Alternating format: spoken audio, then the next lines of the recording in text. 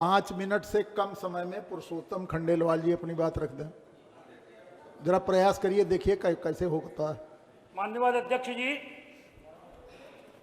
बोलने का अवसर दिया इसके लिए धन्यवाद। मैं तो बिल्कुल नया सदस्य हूं, तो आप नई तरह से बोलिए। इसी सदन में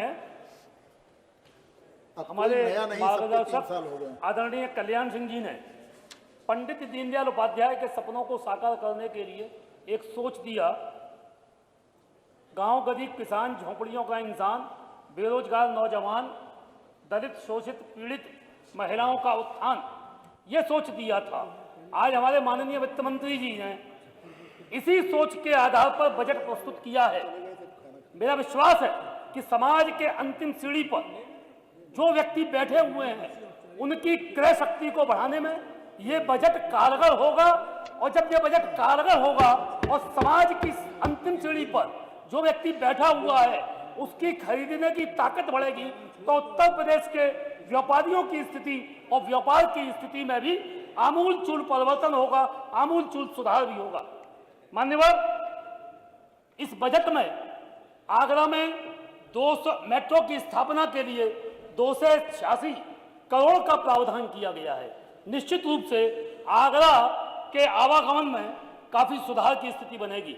मैं योगी जी की सरकार को और हमारे सभी मंत्रीगणों को बधाई देना चाहता हूं कि अकबर ने अपनी राजधानी को आगरा से दिल्ली ले गए थे, और आज हमारी सरकार ने आगरा को गंगा जल देकर आगरा का एक बहुत बड़ा समस्या का हल किया है। और इसमें आवश्यकता है बहुत बड़ी डीपीआर सभी क्षेत्रों को गंगा जल आपूर्ति के लिए बन रही है। इसी प्रकार से अमृत योजना के अंतर्गत जो सीवर लाइन बिछाने का काम चल रहा है उसकी डीपीआर बन रही है। माननीय वित्त मंत्री जी बैठे हैं, निश्चित रूप से उसमें उस डीपीआर को स्वीकृत करके पूरे आगरा में हर गली मोहल्ले में गंगा जल उपलब्ध होगा। और जो बोरिंग का पानी से टंकियां भरती हैं उसमें भी जमीन के पानी की भी सुरक्षा बढ़ेगी। निश्चित रूप से आगरा को इस बजट में बहुत बड़ा लाभ दिया गया है। आगरा में उत्तर प्रदेश में जिस प्रकार से इंडस्ट्रीज को फैलाने का काम किया गया है, गांव-गांव में छोटी छोटी इंडस्ट्रीज लग रही है। जहां तक हमारे विपक्ष के लोग कहते हैं कि भाई कोई सुधार नहीं, इनके समय में सुधार की कोई संभावना इसलिए नहीं थी कि गांव-गांव में बिजली थी ही नहीं। अब तो गांव-गांव में बिजली पहुंच रही है। आगरा में भी बिजली पहले 6 घंटे, 8 घंटे, 7 घंटे तक आती थी, लेकिन आज 24 घंटे बिजली आपूर्ति आगरा में हो रही है। आगरा के लोगों को एक इंडस्ट्रीज अगर मिल जाएगी, टेक्सटाइल इंडस्ट्री, तो निश्चित रूप से आगरा का उद्योग और चमक उठेगा। आगरा में छोटे छोटे काम इस टेक्सटाइल इंडस्ट्रीज के माध्यम से रेडीमेड कपड़े बनने लगेंगे।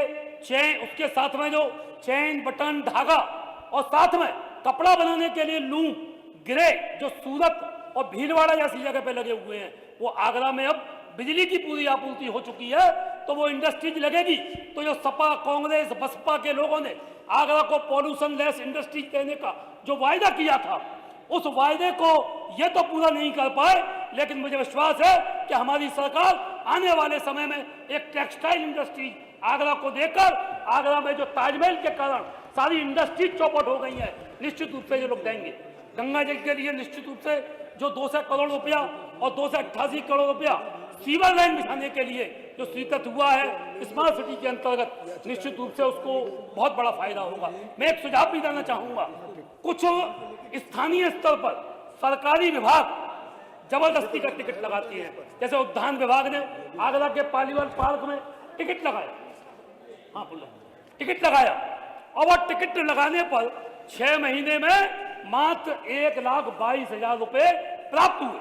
और वो सपा काल से चल रहा था टिकट लगाने की बात, लेकिन वो टिकट लगा दी और उस पर खर्च हुआ 25,58,000 रुपए।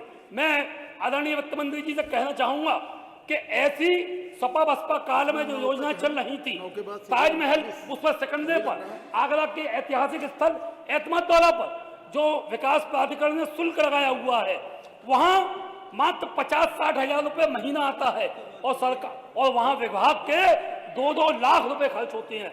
मेरा निवेदन है कि उसको भी रोका जाए। जहां टिकट से प्राप्ति कम होती है और उस पर खर्चा उगाने पर खर्चा ज्यादा होता है उन खर्चों को भी रोकना चाहिए।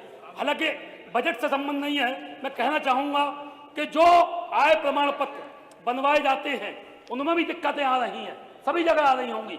आय प्रमाण पत्र 8 लाख रुपए जो विशेष सुविधा दी गई है, विशेष आरक्षण दिया गया है सवर्ण वर्ग के लोगों को, उनको आय प्रमाण पत्र बनवाना पड़ता है। 8 लाख रुपए जो वार्षिक कमाई करता है वो रिटर्न भी दाखिल करता है। जब वो रिटर्न दाखिल कर रहा है तो इनकम टैक्स में जो रिटर्न दाखिल किया गया है उसी को मानना चाहिए, उसको मान लिया जाना चाहिए। तहसील से उसको प्रमाण पत्र की कोई आवश्यकता नहीं है। दूसरी बात मैं कहना चाहूंगा कि आपातकाल बंदियों के मामले में ये जो हमारे समाजवादी पार्टी के नेता कह रहे थे, हमारी सरकार ने 22 करोड़ पौधे लगाकर गिनीज बुक में नाम दर्ज किया, वर्ल्ड रिकॉर्ड बनाया है। इसी प्रकार से समाजवादी पार्टी के लोगों ने नतमस्तक होने का, राजनीति में अपने स्वाभिमान सम्मान होने का रिकॉर्ड बनाया, सम्मान खोने का अगर रिकॉर्ड बनाया है तो वो समाजवादी पार्टी ने बनाया है। जो आपातकाल में मानवर कर्पूरी ठाकुर, मधु दंडवते, मुलायम सिंह यादव जी जैसे नेताओं को जेल में ठूस दिया गया था और बहुजन समाज पार्टी ने आपातकाल में उनके सम्मान को छीन लिया था, लोकतंत्र सेनानी के सम्मान को।